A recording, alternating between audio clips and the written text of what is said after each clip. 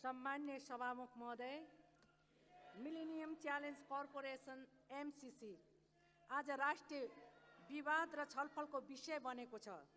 हामीले यसबारे आफ्नो स्थिति स्पष्ट गर्न चाहन्छौँ।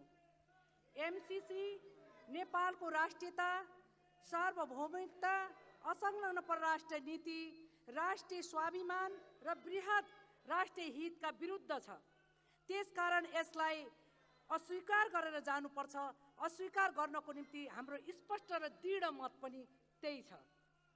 एमसीसी को सन्दर्भमा कुनै विदेशी अनुदान वा ऋणलाई स्वीकार गर्नु हुन्छ कि हुँदैन भन्ने प्रश्न मुख्य होइन सभामुख महोदय, तर त्योसित जुन प्रकारको नेपालको राष्ट्रियता, सार्वभौमिकता र राष्ट्रिय हित समेतमा आँच पुग्ने शर्तहरू जोडिएका छन्, त्यो अवस्थामा त्यसलाई स्वीकार गर्न हुन्छ कि हुँदैन प्रश्न मुख्य त्यो हो सभामुख महोदय। प्रकट रूपमा एमसीसी एउटा आर्थिक र विकास सम्बन्धी योजना भएको बताइन्छ, तर अमेरिकाका उपविदेश मन्त्री डेभिड जे रान्जले सन् 2019 साल मईमा नेपाल भ्रमणको बेलामा र अमेरिकाका सहायक विदेश राज्य मन्त्री एलिस वेल्सले सन् 2019 मा भियतनाममा भ्रमणको बेलामा एमसीसी इन्डो पेसिफिक रणनीति आईपीएस को नै अङ्ग भएको कुरा बताएका छन्। काठमाडौँ स्थित अमेरिकी दूतावासका एकजना आधिकारिक कार्ल रोजले पनि त्यही प्रकारको विचार प्रकट गरेका थिए। आईपीएस को मुख्य उद्देश्य चाइनाको विरुद्धको घेराबन्दी हो सभामुख महोदय, तर त्यसका लागि आईपीएसले नेपाललाई प्रयोग गर्न चाहन्छ। त्यसैले हामीले सैनिक उद्देश्यको लागि कुनै पनि देशले नेपाललाई उपयोग गर्न दिनु नेपालको असंलग्न परराष्ट्र नीतिको विरुद्ध छ र त्यसले हामीले त्यस प्रकारको कुनै पनि सम्झौताको दृढताको साथ विरोध गर्दछौँ सभामुख महोदय।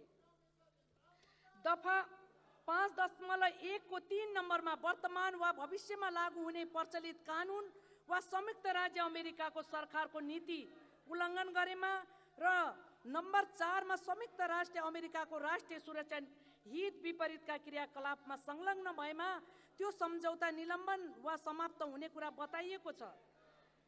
माथिको दफा 5.1 को र 3 र 4 को शर्तको अर्थ यो हुन्छ कि त्यो सम्झौता पारित भएपछि नेपालले अमेरिकाका अहिले प्रचलित र भविष्यमा लागू हुने प्रचलित कानुनको सीमाभित्र बस्नुपर्नेछ सभामुख महोदय। त्यसको दफा 5.1 को 4 नम्बर बुँदाको अर्थ यो हुन्छ नेपालले अमेरिकाको सुरक्षा हितको सीमाभित्र रहेर नै काम गर्नुपर्नेछ। त्यो सुरक्षा हितको कुनै परिभाषा दिएको छैन सभामुख महोदय। त्यसकारण त्यसको व्याख्या गर्ने अधिकार अमेरिकालाई नै हुनेछ। त्यसरी नेपाल धेरै सधैँ अमेरिकाको सुरक्षा हित अन्तर्गत नै रहनुपर्नेछ। अमेरिकालाई उक्त सम्झौता अन्तर्गतको कुनै पनि आर्थिक कारोबार उक्त सम्झौताको विपरीत भएको लागेमा सामा ब्याज समेत सम्पूर्ण रकम नेपालले अमेरिकालाई फिर्ता गर्ने व्यवस्था पनि त्यो सम्झौतामा गरिएको छ सभामुख महोदय।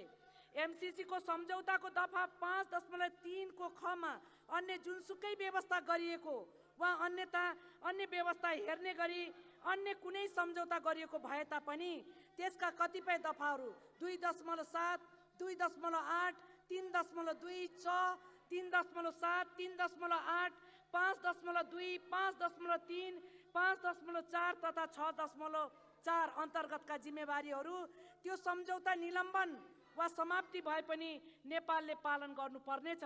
त्यसैले नेपालले एकपल्ट त्यो सम्झौता पारित गरेपछि सधैँ त्यसमा नै बाँधिरहनु पर्नेछ।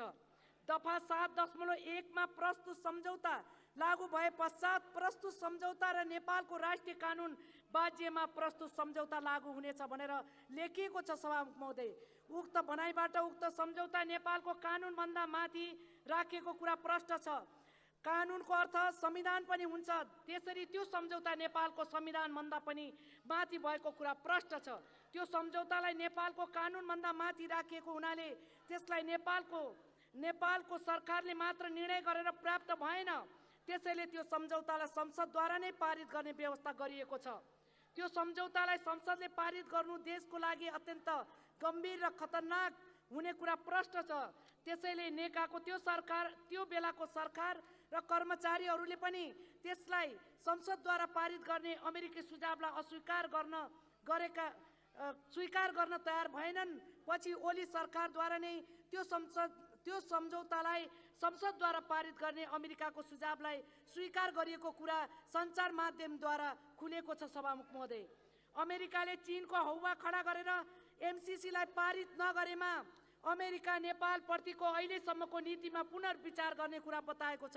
त्यो नाङ्गो प्रकारको धम्की हो। सभामुख महोदय, नेपालले चीनसितको कुनै सम्बन्धको कारणले होइन, एमसीसीबाट नेपालको राष्ट्रियता र सार्वभौमिकता तथा असंलग्न परराष्ट्र नीति तथा नेपालको वृहत राष्ट्रिय हितमा आँच पुग्ने भएको हुनाले नै एमसीसी पूर्ण रूपले खारेज गर्नुपर्छ भनेर विरोध गरेको हो। सभामुख महोदय, एमसीसीलाई संसदद्वारा पारित गराउने अर्थ आत्मघाती हुनेछ। सभामुख महोदय, त्यसैले त्यो प्रस्तावलाई सम्मान्य सभामुख मार्फत संसदद्वारा सम्पूर्ण आदरणीय संसदज्यूहरूलाई यो एमसीसीको प्रस्तावलाई खारेज गर्नको निम्ति विनम्र अनुरोध गर्दछु। धन्यवाद।